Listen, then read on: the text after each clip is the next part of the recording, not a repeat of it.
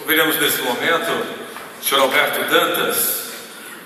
E essa é uma data muito singular, porque a gente, ao ter essa participação da finalidade e ter esse ponto de convergência, a gente sabe que não há caminho melhor para atender melhor o nosso propósito do que a capacitação e a educação.